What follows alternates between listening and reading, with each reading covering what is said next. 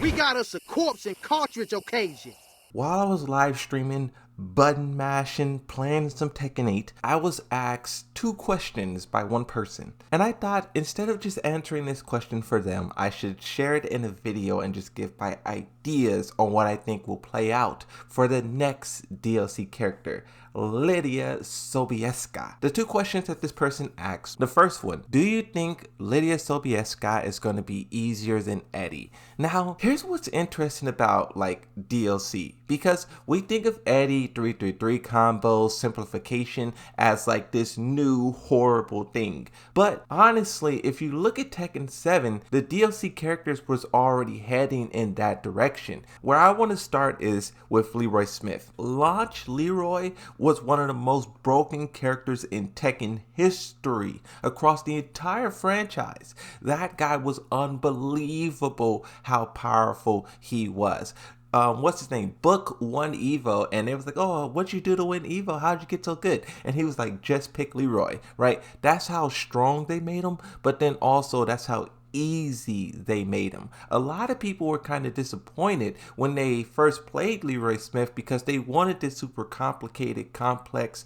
Not see, when you say the word complicated, it sounds bad, but people just want to like learn. They just want to figure things out. They just want their to work their brain a little bit. But Leroy Smith and also Falkenraum was pretty much the same. There was no working of the brain there. The characters kind of did everything themselves, and everything was kind of just done. There was no like thinking or mix-ups, or it was just strong character, opponent dies, was the kind of like way that those characters were created. Now, when you start moving into season 4, Kunimitsu, I think, is the biggest comparison to Eddy. Both of those characters were recreations of past characters, right? Eddy is from past games. Kunimitsu was from past games. And when Kunimitsu came out, I was very disappointed. I was like, this character isn't like what I used to experience at all. A lot of her moves is different. The pressure's different. Just the whole character felt extremely different. Now, I know that I am one of the few people who do not like the new Kunimitsu.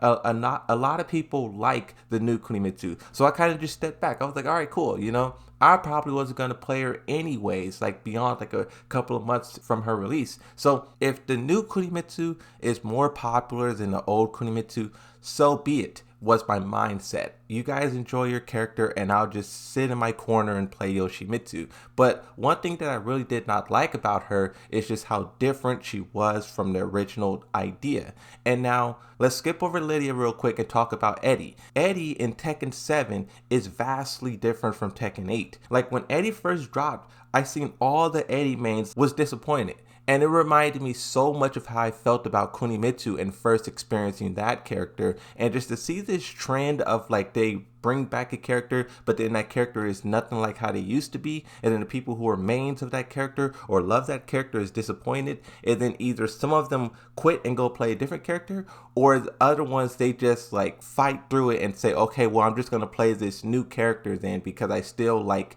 the name, is basically what you're like following, you know. So Lidia, let's talk about her now. Lidia is going to be the third, DLC wise, she's going to be the third character that's brought back, and how will they change her? She already was kind of simple in Tekken 7.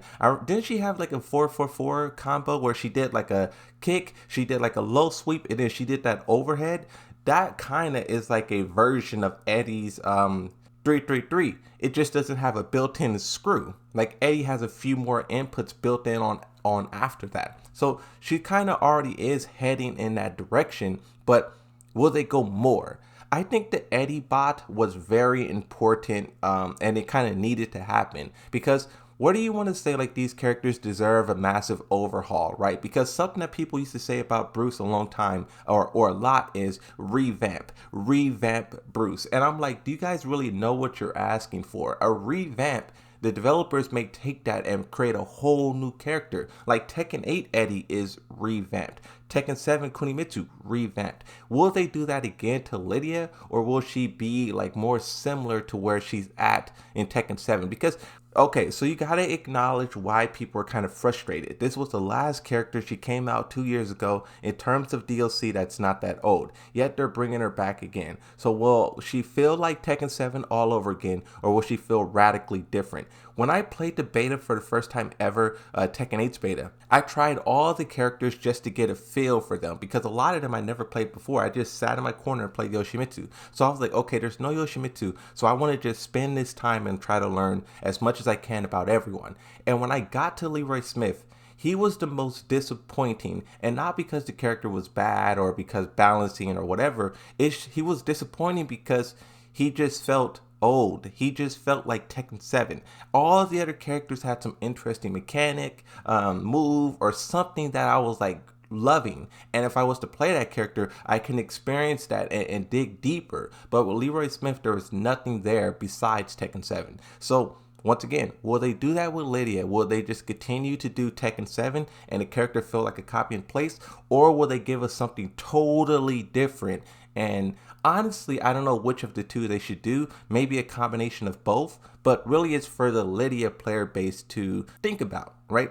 Think about how they did other characters and how they possibly could do your character. Now, the next question, do you think she'll be just as strong, if not stronger? Now, this is possibly the most important part of the DLC conversation, right? You could talk about them being easier and whatnot, but stronger? At the end of Tekken 7's lifespan, all of the DLC was pay to win.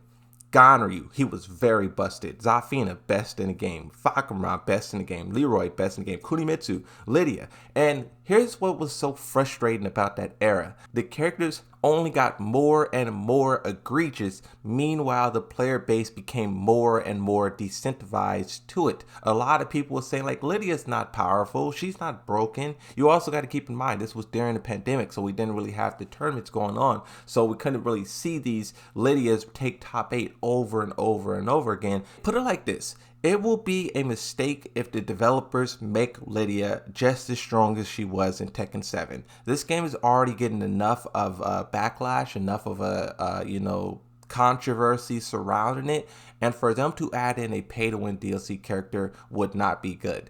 But when Lidia was released in Tekken 7, not only was she very tournament viable, she had almost every punish you can ever need and every defensive option you can ever want, but then also her win rate online was #1.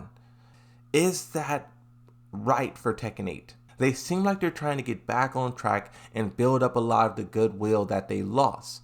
And I think adding in a powerful Lidia is not what they should do. A lot of people often say too that the DLC is needed to be busted. They need to be broken so people will buy it. And I think that's not true. I think that's just an excuse. Armor King was not pay to win in Tekken 7, yet he was top 5 most popular in the whole game. That shows if you make a cool character, interesting design, cool gameplay, then that idea alone will sell. And Lidia, she was that. Leroy Smith, he was that. Fakumram, right? Kunimitsu. All of these characters are naturally cool designs that a lot of people love. But then adding in the pay to win on top of it is just unnecessary at this point. Eddy is kind of like powerful in Tekken 8, but he's not so much more powerful than everyone else. Everyone's powerful in the game. Eddy is just blends into the pack. He isn't some top tier god that dominates the whole thing. All the characters are. So I think Lidia should be more like Eddy and just blend in with everyone. I think Tekken is at a point where they don't need to force people to buy the DLC with power, because a lot of people, one, wants to just support the game because they love it, but then two, a lot of people like the designs and the characters that they're bringing back, so that also will just make people buy it. You don't have to put that pay to win on top of it. Where Tekken 8 is at currently, all that can do is hurt it.